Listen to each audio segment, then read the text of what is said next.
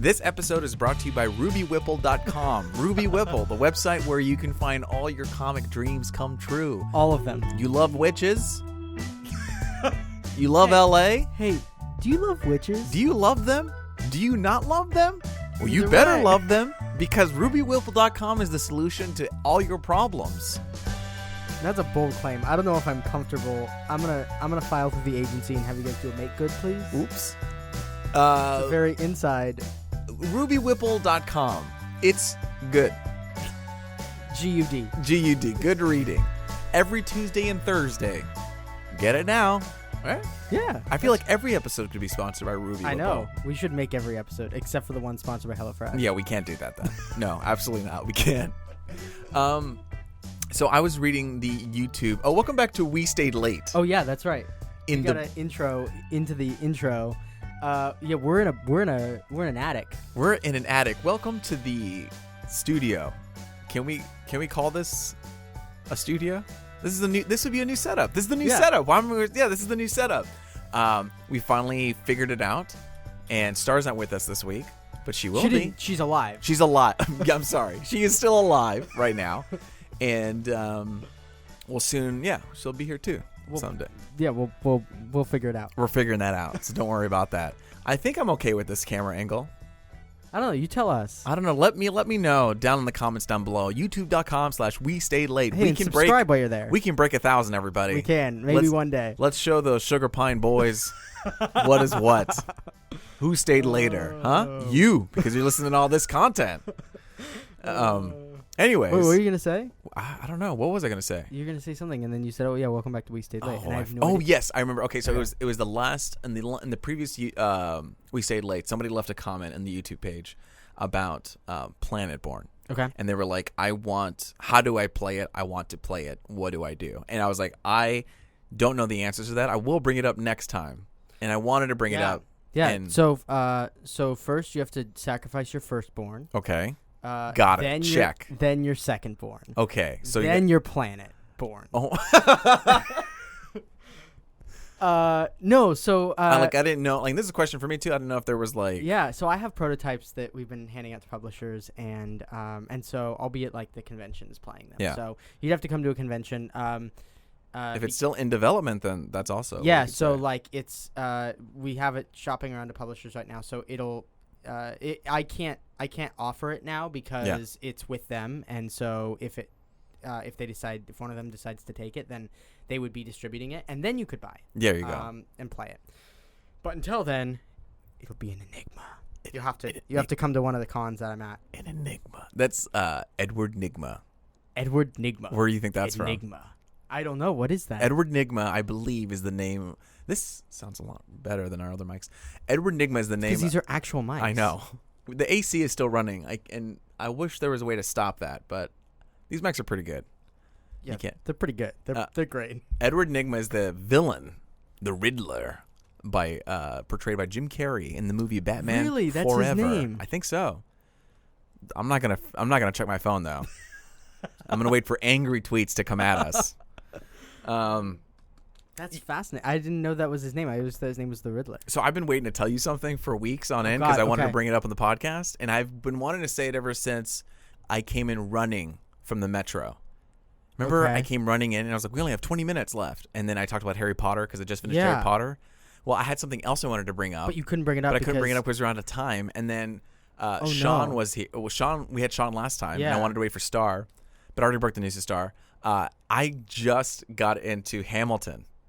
Oh, no. Yeah. You just did it? I did it. So, like, I'm in my own world right now. Like, I finally listened to it because Sarah, she played it while we were cleaning up the house. Yeah. And because she went and saw it in Houston.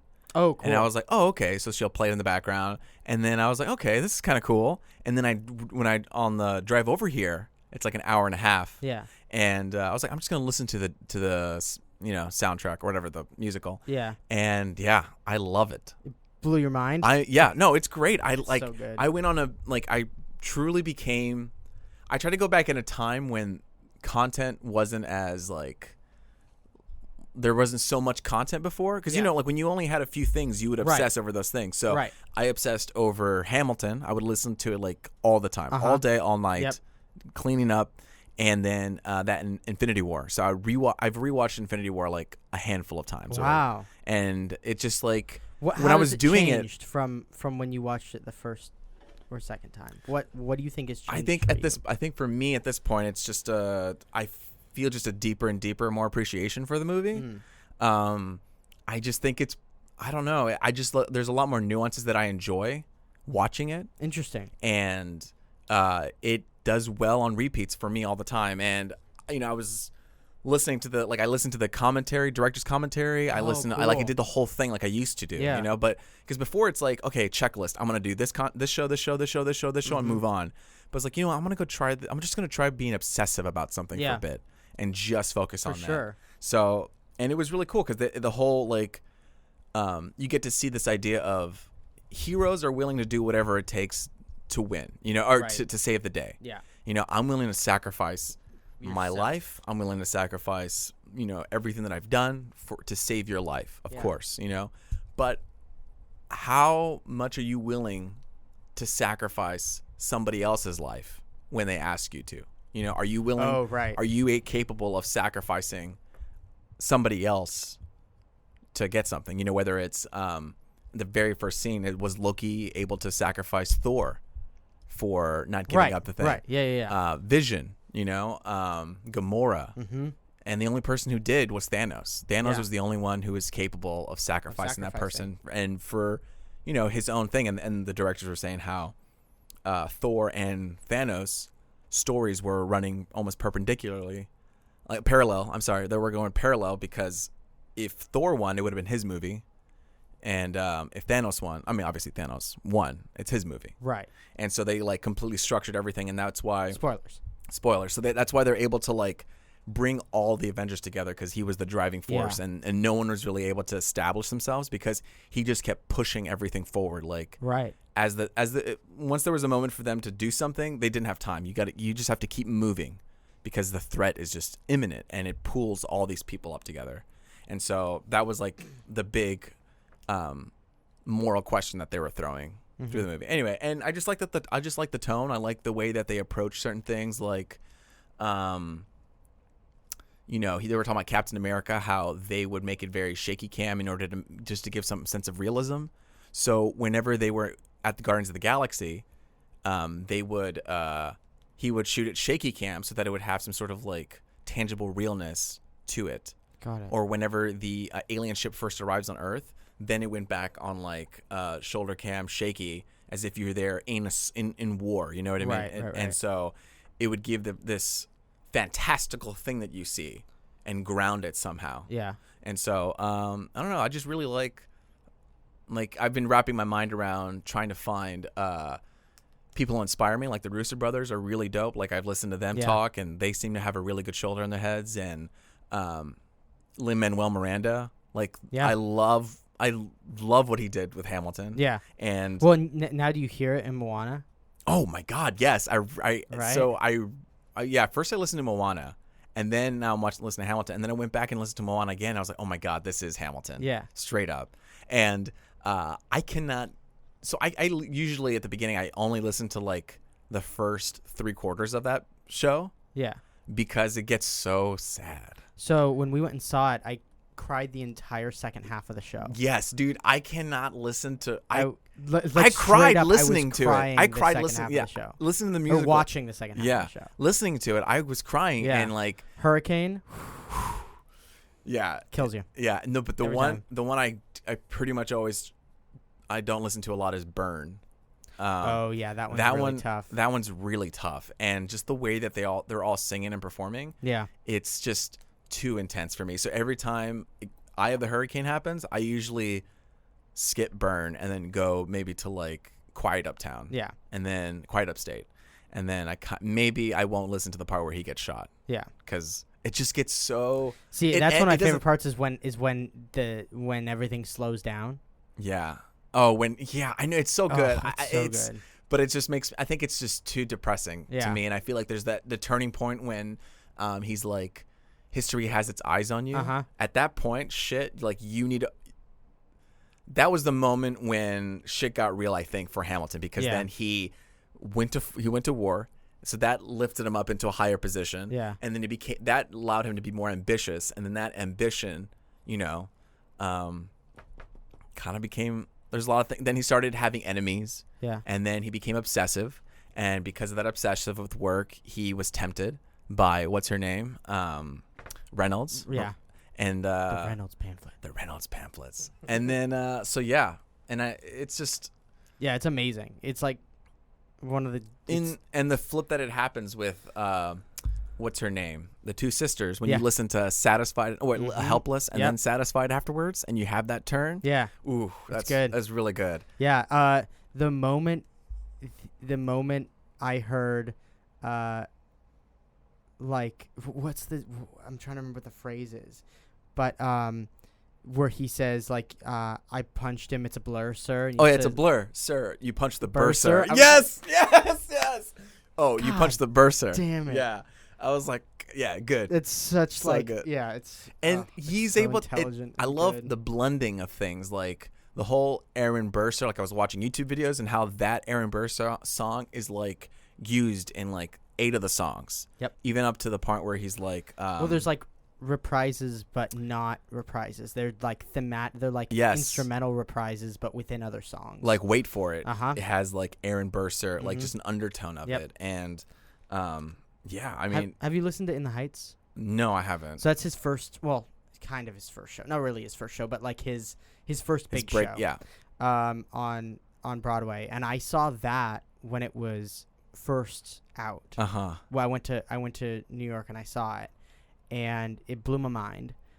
It's a very personal story. It's like almost autobiographical. It's about a guy who lives in Washington Heights, which is why it's called In the Heights, and he runs this like this little shop, and it's just like his daily life, and he's in love with this girl who went off to college and has now come back, and it's like so autobiographical. But listening to it now, to see him go from that to Hamilton is like this. You still hear the influence, the Lynn in it, but yeah, it's really cool. You should go listen to it only to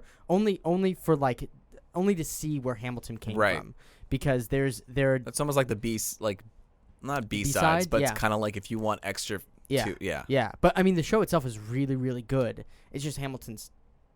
Hamilton. It's one of the most phenomenal undertakings. It's such a repeatable song, like album. Like after I'm done, and the way the album ends, not in a for me, I feel like in a button way. It just kind of like, I don't know. It doesn't have this. Well, but history doesn't. History doesn't. I know, and it's so. That's why it's so brilliant. And so it makes me having to repeat the whole album again, and I just listen on repeat. And my favorite song. Well, every time I listen to a song, I'm like, oh, I love this one. Oh, I love this one. Oh, I love this one, and it keeps like building and building. And Nonstop is like one of my favorites because it blends the whole Act 1 songs into one song, and I get goosebumps every time at that line, like. He will never be satisfied. History has its eyes, and then it goes up. Like ooh, like even thinking about it, it's giving. Well, and it's cool too because you feel the Les Mis influences. I don't know if you've ever seen Les Mis, but like there it's so like that part has so much inspiration coming from those moments in Les Mis where all of those songs are coming together, and they're positioned in just about the same place in the story. Okay. And so, like, if you look at the two albums side by side, you go, "Oh, he took Les Mis and basically, I mean, in a good way, in the way that good artists use." He seems to do that a lot from other places to be able to like go, okay, this worked. What about this work? The structure worked. Right. Let's take that structure and I was listening to a podcast called Song Exploder. Yeah, I love Song Exploder. And he was on one of them, and he. I need to listen to that. I haven't listened to it. He talked about the song because he made a song for Puerto Rico, and just to, like raise money and things like that. I forget the name of the hurricane or the event that took out Puerto Rico. I think. Sorry. But he as he was talking about it, he like brought up references and things that he pulled, so he definitely like uses things for influence. And obviously listen to Hamilton, you hear like other rap influences in it too, like Right Hand Man. I used to listen to the Blueprint 3 by Jay-Z, and there's one song. It's like that beat is straight up lifted from On to the Next One by Jay-Z. Yep. Like There's another one. It's and I brought it up before, and Star was like, "Oh yeah, you didn't realize that? That's from a song." I think, and I've always kept myself away from this Hamilton thing because I knew I would become obsessive, and I just needed to space it out. But yeah, what was? I remember you having the conversation with her, and I was just like, I don't know what that is. Trying to remember hip hop references. Yeah, there's one where it was like, I'm scrolling down it right now. Yeah, but I mean, it's so cool just that he's like melding these. The tough thing now is that I've listened to it so many times that I'm not afraid to watch it because I really want to watch it, but it's gonna be different because it's gonna be different singers, and I've grown to like love all the subtleties in their voices. Yeah.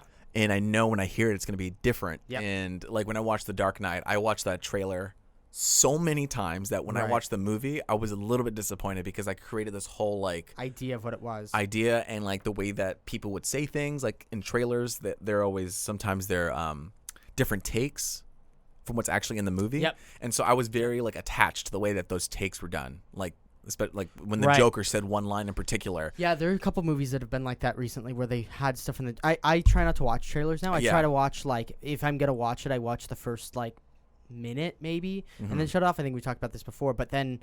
but it's happened multiple times to me where I'm expecting a thing, and then I don't get that thing. And that's really hard because it's like you already have these expectations set. So that's why I've just decided not to anymore. But I hear that Lynn's going to do a show in Puerto Rico. And really? The original cast is going to go to Puerto Rico. Oh, shit. And play it. And I'm like tempted to like fly to Puerto Rico and see the show. Obviously, that'd be so difficult. Amazing. But I think like residents get first pick. So yeah. You know, somebody in Puerto Rico can help me out. I would love that to get a ticket to see Hamilton. Because and I'm even thinking like maybe I'll fly to Minneapolis because that's where like I don't know where it is, but it's still touring around a country. Right. But obviously it's not going anywhere like the Lion King. Yeah. The Lion King's still around, so Hamilton will still be around. Yeah, like even if it'll be 3 years or 2 years, it's gonna come back. I saw it when it came here with Danny and Kenny. I know. And it was really, really good. Okay, I'm trying to scroll through here. There's there's apparently a lot of them. Yeah.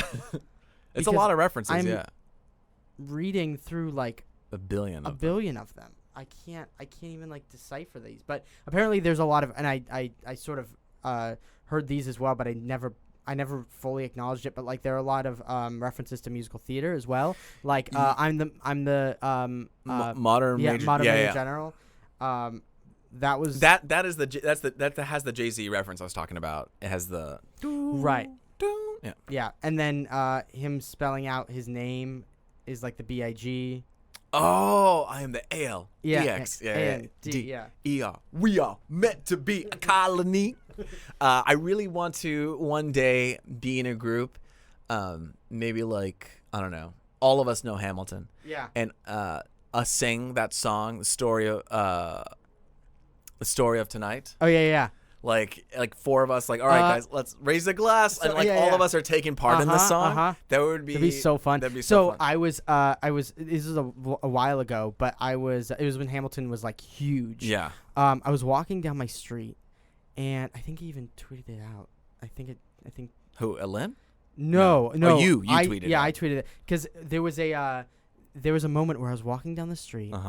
And a car pulled up to a red light and had its windows down and was blasting Hamilton. Yes. And they were singing. Yeah. Somebody on the other side of the street started singing. And then I started singing it too. Yeah. And so we're all just like, we found each other. Like, it was just like this moment. I definitely have been like blasting the music in my car. It's so good. As if it's like, a rap album or something. I need a right-hand man. It's far away. I won't be able to find it. But anyway, it was a magical moment for like, the 20 seconds we were at the red light together. I think, and it would be dope to have, it never happened, but like a concert where we play the album. Because I know at a musical, it's the musical. You could just go to the musical, right? Yeah. But I want a concert vibe of like standing up and everybody singing out loud. Yeah. Because in musical, I don't know. I mean, were people singing in Hamilton? No, So no. No one's singing. No. But I want there to be. Well, like, I'm sure there were a couple of people, but they probably were told to shut up very quickly. Yeah. But like I want to go to a concert, like a Hamilton concert, where everyone is jamming out to the song. You know, like one last time. You know, like everybody, everybody's singing to it. Yeah, like it would be interesting because they do like in concert, like they did it with Les Mis. They do in concert performances. Okay. A lot of like they've done them for the last and every 10 do years. People get to like? I mean, Les Mis isn't really the concert venue to be like, you know, singing the songs in an excited. Right. It's pretty sad. Yeah, like, the whole show's pretty sad. But I could imagine a Hamilton concert would be like take a My Shot. Everybody singing that song. You know, again nonstop singing that song. Like you could just imagine the whole crowd doing that. So I think that would be a really cool thing to do. So Lynn, if you're listening, Lin-Manuel Miranda, I'm putting it out there in the world. You know, please do a concert. And so have cool. all of us, because I just want to hear those voices again. I want to be able to sing with everybody in a group of people. Be super cool. And it'd be super super cool. So, I've been waiting to say that. That's exciting. Yeah, well, that's I'm like so funny. finding these old fandoms that like I've kind of like not jumped on board. You haven't listened to a lot of musical theater, right? Or no, because my school we were so small and none of us could sing. Or like support a whole musical. Right. So we never got into musicals. It was like a strange theater where that didn't do musicals. Huh. And so I never got completely into musicals, and this made me like want to be in musicals. Yeah. Listening to this. Yeah. You know? Well, it's it also has a really cool style. It doesn't feel like old Rodgers and Hammerstein. You know? Like it's not, there are nods to it, but like. Totally. Like they'll do the whole thing and then at the end it'll go, bing, like it's a musical. You know, like they have that hit at the end that's like, oh, this is a musical. But everything else, or where they go like, you know, they'll like say the place and the date in the music. You know, New York City. New York City. And that's very musical, but then everything after that is like, nah, it's its own thing. What about the Welcome Back, the Mr. Jefferson song? Yeah. When it comes, is that very musical? Like, is that like our old musicals or not? It's very jazzy. Jazzy, yeah. So like, there are some musicals that are like that, like Jason Robert Brown sort of has some of that going on. He's the one who wrote Last 5 Years and 13, I think, and he's sort of a prolific. Right. He wrote Parade too. He's just really good, but he writes that jazzy style. Okay. So like Songs for a New World has some of that, but yeah, that's still very. It's still very like not like a standard music. Yeah. Well, it's not like an old musical. The new musicals that are all coming out are, School of Rock is like all rock music, and you know, like there are some that have come out. Rent obviously is like amazing. I started listening to Rent again recently. Oh, really? And yeah, I listened to it again, but it was weird because I had Benny's song stuck. I don't know if you know Rent. I saw the movie. Oh, you saw the movie. Okay, so that's the part that's the one that I have stuck in my head. Is the one where Benny is like kicking them out of the place, and he's like, look, you have to like, you can convince Maureen to cancel her protest, and then I give you free room and board for life, so that you can do whatever things you want to do here, or you leave. Those are your options. Yeah. And the song is like. It's not even one of the good. It's fine. Yeah. It's just not like a special one. But I had it stuck in my head for like 3 days, and I finally listened to it, and it didn't leave my head still. So now I've just been. You didn't do because you have to like listen to it a lot for it to get out of your head. Usually when I listen to it, it gets out of my head. So I've been re-listening to the whole album. But I really want to do. I really want to find a way because I was telling you before. I really want to do the last 5 years set in an apartment, and I really want to find a way to do Rent. Set in an apartment, like a big apartment. Oh my god, that'd be. And just do the whole show. Would it be like a traveling like audience that goes from like. So I don't know yet because they have it's like different. There are some different locations, right? Yeah, so I it'd be one of those things where like if we could find a space that would support it, you'd have the main set be the living room, and you just all sit on the couches and in chairs and like on the floor and bean bags or whatever, and so they're like just hanging like we're all chilling in the apartment, and then maybe there's like a sub level or something like a loft, and so up there would be Maureen's her thing that she does. Her like show. Her show that she does. And then there is some stuff where they're outside, and I don't quite know how to do that yet. Maybe like if there was some sort of like outside. What am I trying to say? Not a patio. Like you go there, like you're on the 3rd floor, and you can walk out. Oh my God, I'm so brain dead. You walk out and you look down. Is that what you're saying? Like that'd be amazing. Like a little like balcony. You have a balcony. Oh my right. goodness. Parapet. So I mean, you'd probably have to adapt it in some way to make it work. You probably have to like adjust some of the stuff, but that's fine. I think it'd be really cool to be in that space and like live with these people while their power goes dancing, out. Like the whole dancing thing. Like you could be dancing in between everybody. Really and everybody's cool. like on the table, like not the table you're sitting at, the dining room table or whatever. Yeah. Like the actors kind of get you going to like bang it out. And everybody starts. Oh my God, that would be super amazing. Cool. So I don't know how to do that yet, but that would be a cool way to like have that show. We have musical idees, concerts. Last 5 years intimate, and then we want Rent dancing all over. You're involved. I want a big just a big apartment, like an open floor plan apartment where we could just hold that. But that sounds like something that people from Rent would try and do. So it's very fitting. Yeah. What do you think? What do you think? $15,000 to do something like that, to rent it out, month of rehearsal? So here's the thing, because I've looked into it for the last 5 years. The way you looked into it, quote unquote, the last 5 years. Not you haven't been doing this research for the last 5 years. Correct. I haven't been researching for the last 5 years. I looked into this information for the musical known as The Last 5 Years. Italics, the last 5 years. Yeah. In quotes, I don't know which one it is. But somebody correct me, grammar-wise. Yeah. Do I use italics or quotes? Anyway, so I looked into it, and the nice thing is that I could use a site like Peerspace. Right. Which we've been using for sets. Right. It's basically, for those of you who don't know what Peerspace is, it's really useful for student films or indie films. It's basically a website that is an Airbnb but for film and event things. Yeah. Also, a place called Gigster is really good for that too. So I've been looking on those. But basically, I just need an apartment or a house, but probably more of like a townhouse would be ideal, where you don't have walls on either side, but it still feels like an apartment space. So I've been looking for that, but it's like, you can rent that out for $100 an hour. And so if you rent it for 3 hours, because figure the play's 2 hours, you want 30 minutes on both sides to get in and get ready. The play's like an hour and a half. Then you could rent that out for 3 hours and then do the whole show, and that's $350 or something by the time you get done with tax and cleaning fees, and then you're paying your actors like $100 a show if you're being nice to them. They deserve more than that, but like if it's super indie, you're paying your actors $100 a show to come in, and then you'd need that space for a couple of rehearsals, at least like 5 or 6. So you'd rent it out for that, you'd pay for the rights to the show.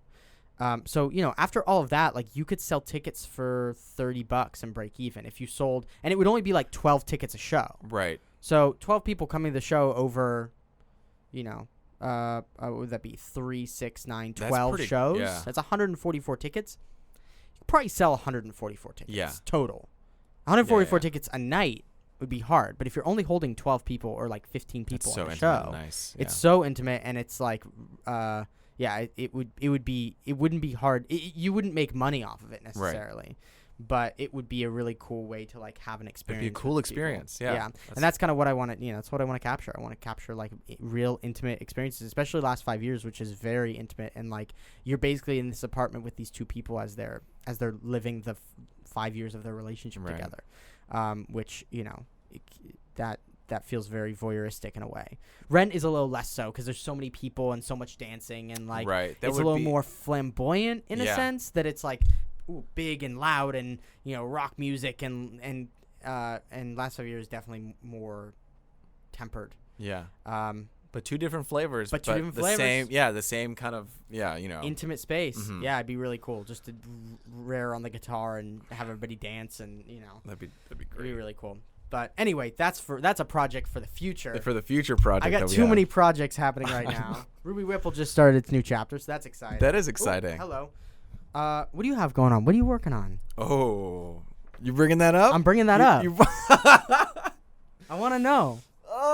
Okay. So yeah, I wasn't sure when I wanted to spill the beans about it, but I guess I'll just do it now. Yeah. So I came up with this quote unquote sort of web series idea. It involves me in it, and they're very short. It's like a 3-page script I have right now. And I told Spenser, I was like, I'm gonna work on this. I just got to work on my budget. And not just the budget for the show, but the budget in life. Yes. So, I did some things. So I don't even know what these things are. Okay. No, I don't think so. Okay. I'll tell you. Exciting. In fact, I might not say all the details That's on the fine. podcast, but I might tell you later. So basically, but the big thing is like I've been going through so many budget apps on my phone. Like I've tried Mint, I've tried just everything. And nothing clicked in my mind the way that I want it to work. Like it just did. I couldn't organize. I couldn't see the way. What was the problem, and what were you finding the apps weren't doing for you? I think he's either like they were missing something and it annoyed me, and I feel like I need the whole complete thing. So like what am I trying, like setting a budget for food. Like sometimes they would have budgets just for the month and not for the week, and I would need it for the week. Or they wouldn't give me enough.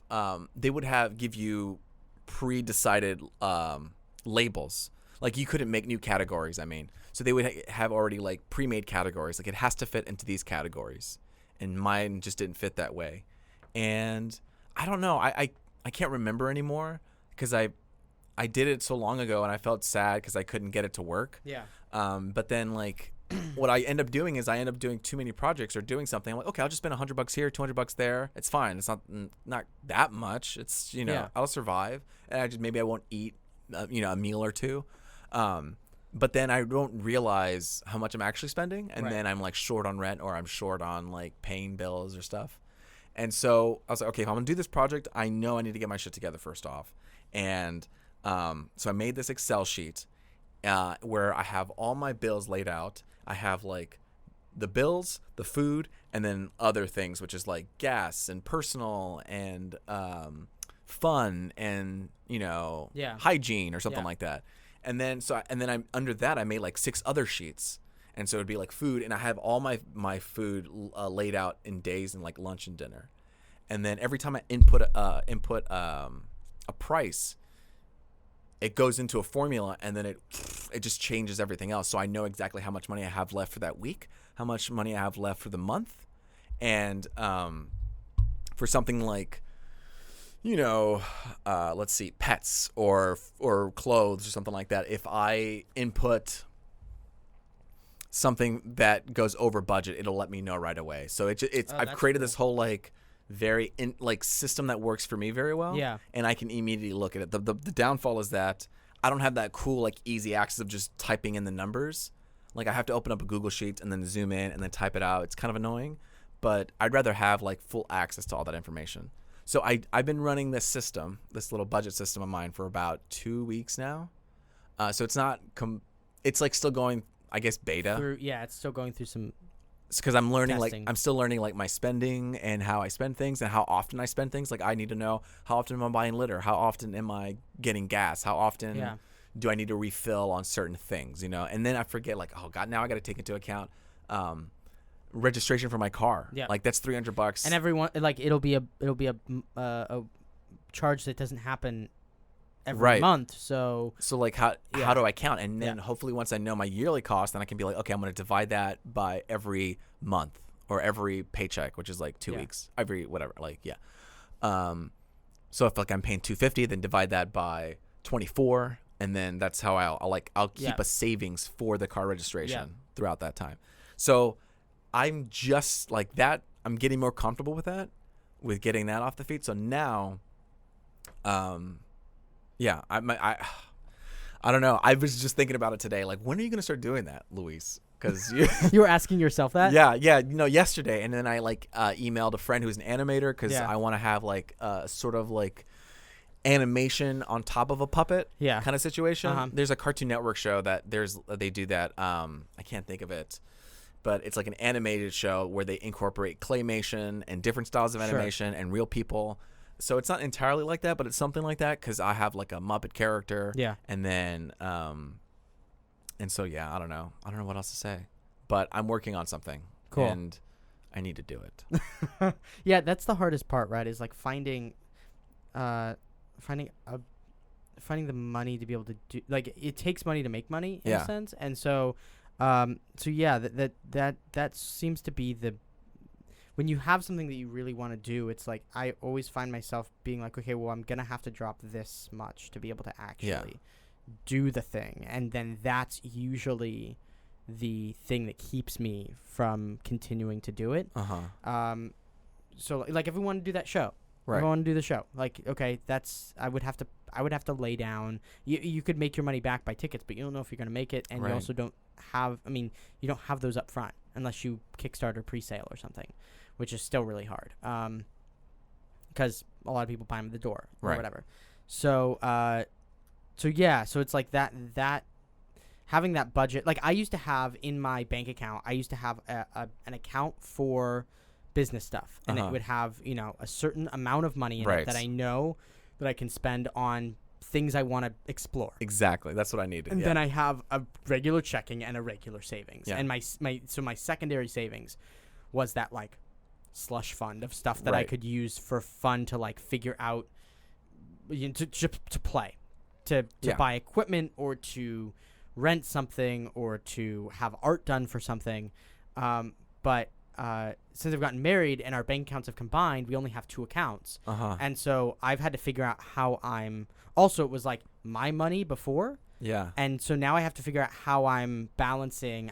We haven't approached it yet because I haven't had to do it yet. Right. But like, it's going to be interesting to approach like how do I balance the money situation now that it's not just my money. That's so... It's not the choice that I'm making. It's the choice that we're making. And if it's something that, like, I want to do, but I don't know if it's going to work, and we're trying to save for a house, then I have to know that that risk, it's a lot higher risk now to do those things.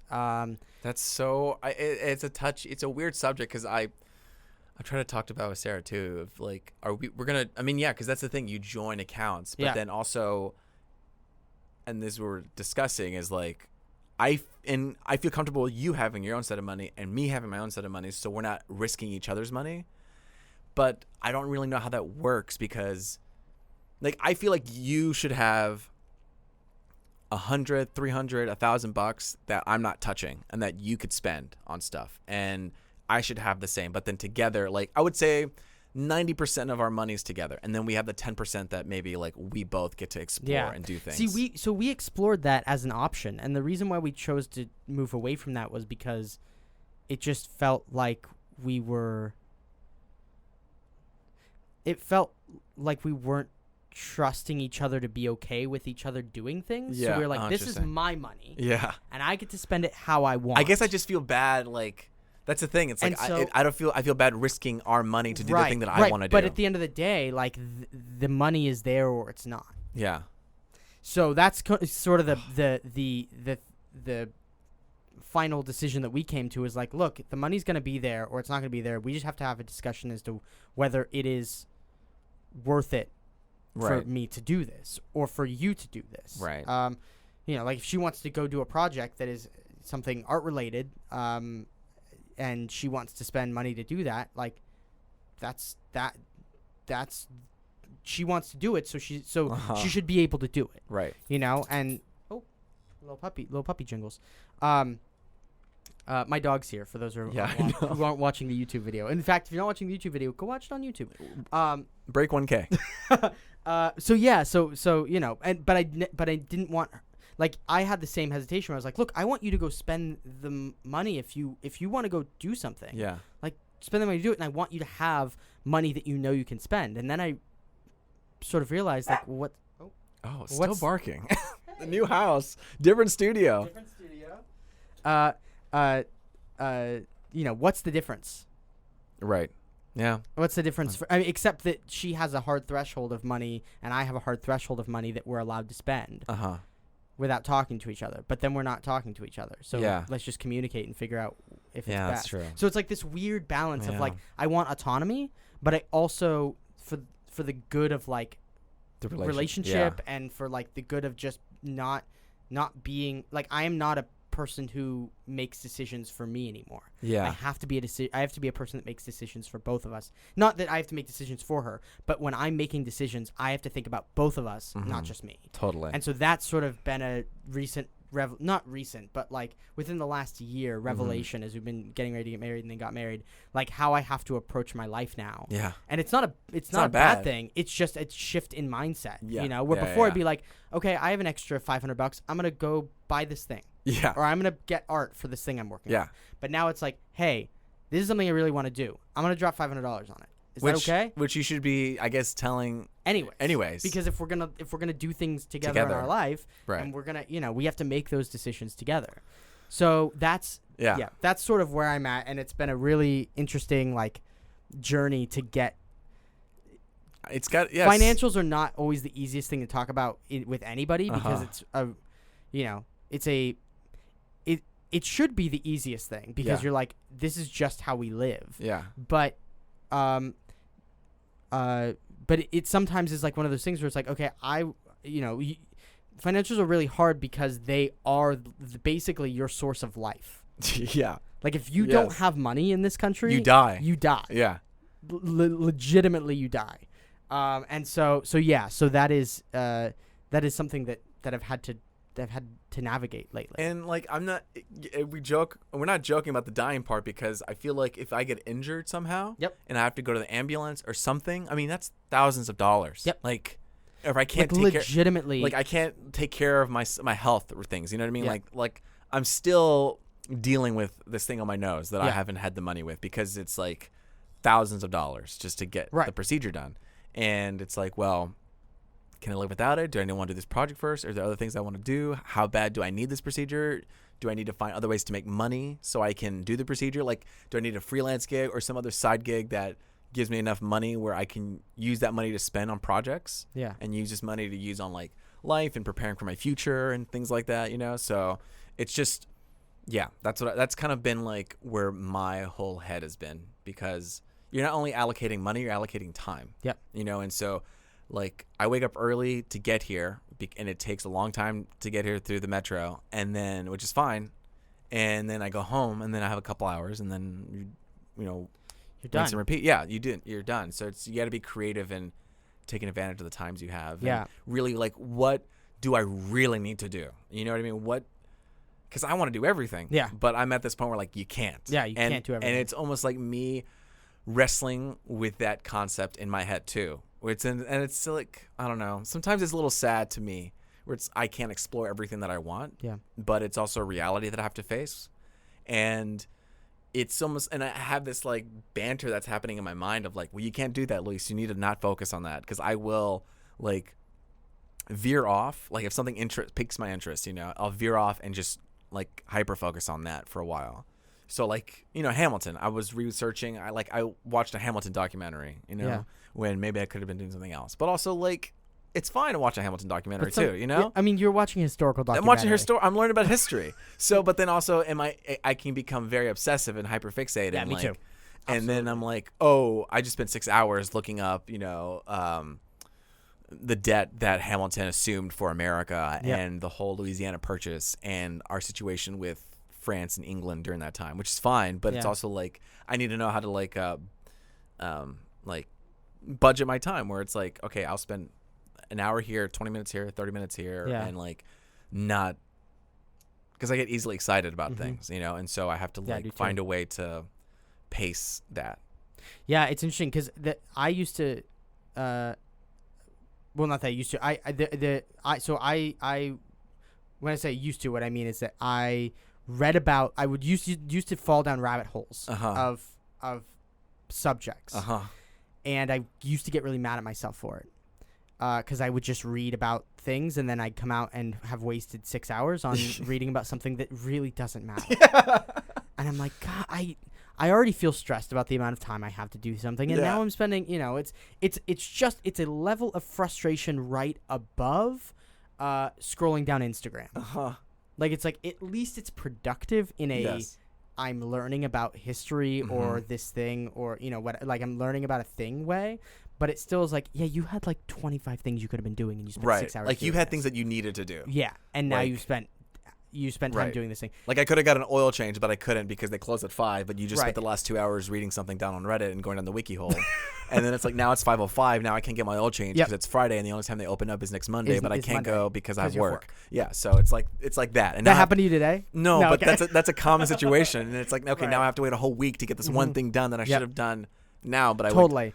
And so I used to like be really mad at myself for that because I do it, especially in college. Because I get really interested in the subject, even if it was my homework. Right. I get really interested in that one subject and then have to do the rest of my homework at like midnight. Yeah. So, but just recently I had I had sort of a thing that atoned for those sins. In a way, because I met a guy named Ivan Van Norman, who he's a host at Geek and Sundry. He's super cool. We were just talking in the airport on the way home from Gen Con. He works like Whitney and Trisha and all those people. And we were just talking about like mechanics and stuff. We were talking about how just finding interesting game mechanics to try in things. Right. We were talking about Essence because I'm trying to find trying to find a different mechanic for that to experiment with if I want to do dice or if I want to do something else. And so from that conversation I had with him, I started to just think about like the things that fascinate me and how I can use some sort of mechanic to something. We were talking about Dread. I don't know if you know the RPG Dread, but it's a Jenga tower, and every time you make a decision about something, it's a horror RPG. It's like a basically it's a tension builder, and you build up the Jenga tower, and every time you make a decision that about something that has a risk to it, you pull one of the blocks out, and then when the Jenga tower falls, then that character dies. Whoever is pulling out the Jenga tower. Wow. Okay. And so it's a horror, that's pretty good. Terrifying RPG, and so So I was like, that's a really cool mechanism, but I feel like it has more use than just horror, and it hasn't really had much use elsewhere. I mean, some people have ported it to do other things, but like it's really focused in that. Yeah. And so I was thinking about, I played a couple of other games and was just like, from that conversation with him, just thinking about how I could capture the feeling that I wanted about like something that fascinated me about whether it was history or like science, or how I could capture something like that, but using a very physical mechanic to have something you get a visceral reaction. Yeah, visceral reaction. And so so we just got done playtesting a game that I'm working on that's a storytelling RPG called As We Fall. And storytelling RPGs are very different from regular like traditional RPGs in that they tend to be collaborative, right? And sometimes they're GM-less, so they don't have somebody who's running them like Dungeons and Dragons has a dungeon master. It wouldn't have one of those. Sometimes they're diceless, so you aren't actually using dice. You're just making choices and like and doing there are mechanics, but they aren't mechanics in a traditional sense. Right. So there's one that's called The Quiet Year, which is all about building maps. And so you start out with a blank piece of paper, and each person goes around and draws something on the map that is about a civilization that you are. It's basically like a post-apocalyptic civilization. You're all living in the quiet year between the time when the civilization. Between the apocalypse, basically, and when things start to ramp up again and bad things happen. Or not bad things happen, but like major things happen. It's like the quiet year where you're having this introspective moment. And so you go on the table and draw stuff on the map, and then you answer questions and start projects and draw cards and all sorts of stuff. It's really cool. But I was sort of drawing inspiration from that, and all these things came flooding back to me from like the rabbit holes that I've gone down. And one of them is I love talking about Rome, or I love like reading about Rome, and how Rome went from being this great civilization to being nothing, or not nothing, but it collapsed into being not what it used to be. Or like the Egyptian pyramids were built, and there was a huge civilization there, a massive sort of empire that then one day just collapsed. And so that was something that's always piqued my interest, and so I started experimenting with a way to capture what it's like to watch a civilization erode. And the stuff in our modern, as I'm watching our modern day society, I see things that when I'm reading about Rome also happened there, or we reading about Egypt also happened there. And not necessarily in a scary way, but in like every civilization goes through peaks and valleys. Yeah. But civilizations tend to reach their peak and then collapse very quickly. So like something might be, might rise for 2,500 years or 3,000 years and then collapse within 100. God. And it's just the way it works, and for some reason that's how well, there are lots of reasons, but that's how civilization works. Yeah. And things just get too big to sustain, and people get greedy. That's why they need balance. Yep, balance powers. But even then, like, there are problems, right? Because then suddenly you have people that are greedy and that their main focus is money, or their main focus is protecting their own ass. Right. And things start to degrade, and so I that's why we need Thanos. That's why we need Thanos. So I started developing this game called As We Fall, where the main mechanic of it, or one of the main mechanics of it, is that it takes place at the peak of a society. So your prompt is like, getting you, whether it's a medieval fantastic fantasy city, or it's like steampunk, or whether it's like the first city of man. Okay. You basically are like jumping into a city it's like a city nation. It's a city within, surrounded by other nations, and it has become this prominent empire in the region. Right. And so to celebrate that prominence, they're erecting a tower in the center of town. The city, no matter what place you're in or time period you're in, is always called Icarus. So Icarus that's cool. Icarus is the name of the city. And so you can, obviously, like, it the context of it changes depending on what it is, but like that is always the name. Yeah. And so you're always playing out the fall of Icarus. And so Hamilton. During the game, this is bringing both of the things we talked about, Thanos and Hamilton together. Yeah.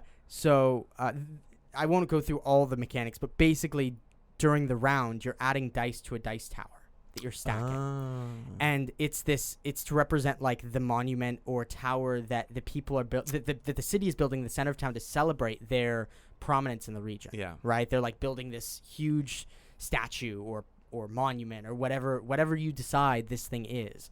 They're building that to display their dominance. And so it represents time. As time goes on, this thing builds higher and higher and higher. Yeah. But the city around it, the people and the places, like you're drawing cards and answering questions, and you're watching as the city starts to crumble and fall, and then you're playing a character with a motive. So you basically get what's called a pillar of society. So it's like it's a representation of something that you're interested in exploring for the city. So it might be education, it might be religion, it might be agriculture, it might be energy, and then you get a motive card. And the motive card gives your character something to seek. So it's like get rich, or it's like protect the citizens, or it might be bring down Icarus, or it might be protect the leaders. Damn, yeah. And so you're playing out that as the character, and you're macro RPing. So you're not like playing out scenes between each other, but during the rounds you're going, this is a problem that I want to try and address. Right. And so you put a die on whatever you want to address. And then other people can put dice on that same thing to help you do that, and then you roll, and if you succeed, you don't add it to the tower. But if you fail, then those whatever die roll under a 5 or a 6 go on the tower. And so the tower builds and builds and builds, and as you're trying to address these problems, more problems keep sprouting up. And because everybody draws a card, and every time you draw a card, you get a new problem that happens in the city, and the deck is built in stages. So it's like 3 different stages that you go through. So things get worse and worse, and then can you avoid the fall, or no? Or is because civilization always falls. Every single civilization we've ever had has fallen in some way, and so you keep stacking the dice, right, up and up and up. Yeah, and the city keeps, like, you can address certain things, like you can try and help, you can try and do something over here, but then 2 more things are going to happen over here because that's just the way works. And so you're constantly like doing everything you can to achieve your motive. So somebody's, if a bunch of citizens have been arrested for speaking their mind about the leaders, which can happen, and you are a protector of the citizens, you might go try and break them out of jail. Right. So you're going to try and address that. But there are other things on the board that are happening. And you might fail at that. And if you fail at that, you add it to you add it to the thing. Right. And then at some point, the tower collapses, and the entire city goes with it. And so we sit and reflect on how the city has fallen, where it was, what caused the tower to fall, because the tower itself actually falls in the city at that point. And so what caused that collapse, and and where is your character once this whole thing kind of settles, and what does the city become? Wow. And so it's this introspective look at the way that civilization can go from being amazing to being I feel like it flips it's like a commentary, and it flips the dynamic of gameplay. Yeah, because you know you're gonna lose. Yeah, but your goal as a player is to have the city fall, right? Like, as a player, right, your goal is to get to the end of the game, right, which is to but would you think some people would be like, how long can I last? Yes. And absolutely, you should. Well, actually, depending on what character you're playing. Right. Right? Because if you're playing the character that's like bring down Icarus. Well, then you're trying to do the things that are as quick as possible. Right, but the player is not. So that's what's really interesting is like the character is like, okay, these people, are we have a foreign adversary basically that's coming in, and they are trying to sabotage something. I'm going to go help them do that. Right. So you're not necessarily contributing to the building of the tower, because the tower is just time. It's just how much time is passing. But you can contribute to that to help spawn more problems that the other players have to try and address. Right. Or like get rich. Like, for example, one of the games we played, Hannah, or in the playtest we did, Hannah played somebody who's she played the pillar artistic expression. Okay. So she was in charge of like coming up with the way that art is expressed in the society. But then she also had the motive get rich. So she was basically like a charlatan selling this jewelry to help ward off the bad things that were happening in the city and gaining money from it. And then she discovered that there was like this a lack of meat because there had been these bad storms and the food had gone away. The animals had basically gone into like hibernation or hiding. And so she ended up trying to find, she like was like, okay, I think my character knows a place where there is an abundance of meat, and so I'm going to try and take some people with me, or I'm going to try and go hunt those things down where I think they are and bring the meat back and sell it for 3 times its normal price. Right, because she's trying to make money. But then she was hoarding the meat because not very many people could buy it, and the meat was going bad because then there's a card that came up that sickness was happening, and we had to identify a place that it was stemming from and why it was happening. And so she was selling this rancid meat, and people didn't know they were getting sick. Yeah. And so then everything sort of collapsed down on her when we discovered that it was when I went to, because my whole thing was protect the citizens, so I went to investigate why people were getting sick, and I succeeded, and I found that it was her. Wow. And so then we went after her, and then she ran to there was like another city that she went to like take refuge basically, and brought them back, and there was like this whole sort of fall. Meanwhile, Bailey was over on the other side, joining this, basically taking the leaders and like taking them away for safety because people were getting kidnapped from the city, and took the leaders, put them into this cave for their safety, and then decided she was going to run the whole city. And then people didn't.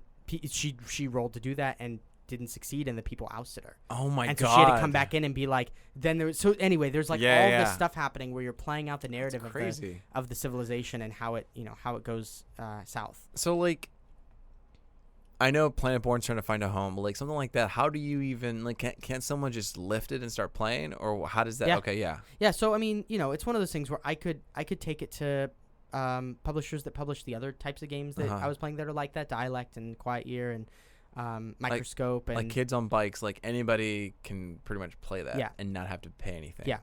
So but there's a lot of work that goes into that. There's a lot of work. So the way that you do it is that you well, I have the deck of cards that I've built that you have to draw from. So that's one way, but you have to buy the deck of cards basically that has all the questions and pillars and motives and stuff. But the cool thing about RPGs is that it tends to be pretty open, and they don't cost a lot to make. Yeah. So, if I go to a publisher and try and to have them take it so that they can publish it and get it wide, and people will pay the $5 for the rules, or pay the $15 for the deck of cards, or the $25 for the deck of cards, a nice hardcover book that has all the rules. Yeah. Then I'll do that. If not, then you just release it online, and then you have. I also built the deck so that it's 54 cards. So you can play it with a standard deck of cards, and there's a thing called an oracle that they use for the Quiet Year as well. The oracle tells you what cards mean what things. So you just get a normal deck of cards, and you have a thing that tells you what cards are mean what, and then you just use those. So you could, and that's a cool thing, is like I could just release that. Yeah. People can play it, which I want people just to play it. But then if they like it and they want to like buy the official version, they can. So that would be like the play with that. But yeah, RPGs aren't, especially those kinds, the really indie ones. They tend to just be like, hey, I want you to feel the emotions that I feel when I play this game. Right. So I'm just gonna give it to you. And if you want to give me $5 so I can buy lunch, you can give me I'll $5. take Yeah, it, exactly. But I would much rather you have the experience of what it's like to watch civilizations fall. So anyway, I don't know I don't know if it's gonna have a home yet. I'm gonna pitch it around a little bit and just see if anybody's interested in it. Because it has sort of a hooky mechanic with the building of the dice, and it also has kind of a cool way of being accessible to everybody, even if they can't buy the whole deck or can't buy the official cards. And explores a topic that other people have explored, like how civilizations are, Kingdom, the game Kingdom explores like how a civilization is born and how it might die and how what it might look like. And this is honed in specifically to just like, this is a great civilization. Already, now watch it fall. Yeah. Oh my God. So that's what that's part of what I'm working on right now too. That's pretty cool. Yeah, it's gonna be really fun. It. We're gonna try and play test it. So it's we've already done one and it was really, really well. It was like one of my favorite game experiences I've ever had. Just good. Yeah. Watching, this place that we created together crumble. So we'll see how it goes. But yeah, that's wow. It's a journey. Yeah, no, everything's a journey. I literally made it in the last week. So really, yeah, the whole thing. I wrote everything. I wrote all the cards. You were inspired because you went to Gen Con? Yeah. And then you were like, and I was like, man, I need to make a thing about something I'm interested in. Oh, I'm interested in how civilizations fall because ours is falling right now. Let's make something that reflects that. Oh, we have this building thing and falling like Jenga, but it's not the same. It's the reverse of Jenga because you aren't pulling things out. You're adding things to it.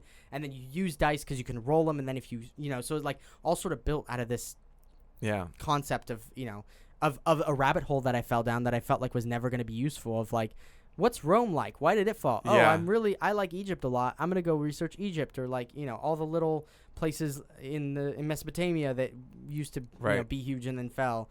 Or, even like the Russian Empire when it used to be massive and then it sort of fell. The German Empire, all these places that used to be superpowers and then had bad things happen to them, like Hitler, and then fell from power. And that can very well happen in this too. So, well, that's pretty cool, Spencer. It's that's awesome. Be interesting. It's sort of bleak, but then when you're playing it, it's really fun. It's not like you're not like depressed the whole time because you're like you have different motives and things. So I was like, is this gonna be too dark and sad? But it wasn't. Yeah, it's good. Anyway, we're an hour, so we should probably say goodbye. Remember we were like, we're gonna do this for 30 minutes. Nope, never happens. Never happens. All right, you can find me at Spenser Starke. Yes, you can find me at Louis12 on Instagram. No more Twitter? You're off the tweets? Oh, yeah, I guess. I mean, I'm on Twitter. I'm going to tweet at you. Just a whole bunch. I don't even have my notification. You know why? I don't have my notifications on, I think, because I get notified for dumb shit. Yeah, like, it's the worst. This person tweeted. I'm like, no, I came here, I saw a little thing, and I thought someone tweeted at me or something. Nope, this person did something. I don't want that news. Get it out of here. Yeah, it's really dumb. But this episode is brought to you by RubyWhipple.com. RubyWhipple.com. Every Tuesday and Thursday, get more Ruby in your life. Just whip it in there. Whip a little more Ruby in your life. Whip a little more Ruby in your life. Thank you so much, and we'll see you next week. We'll see you next week. Bye-bye. Bye. Stars and names. Murphy, say goodbye. Can Murphy bark on command? Nope. Whoop.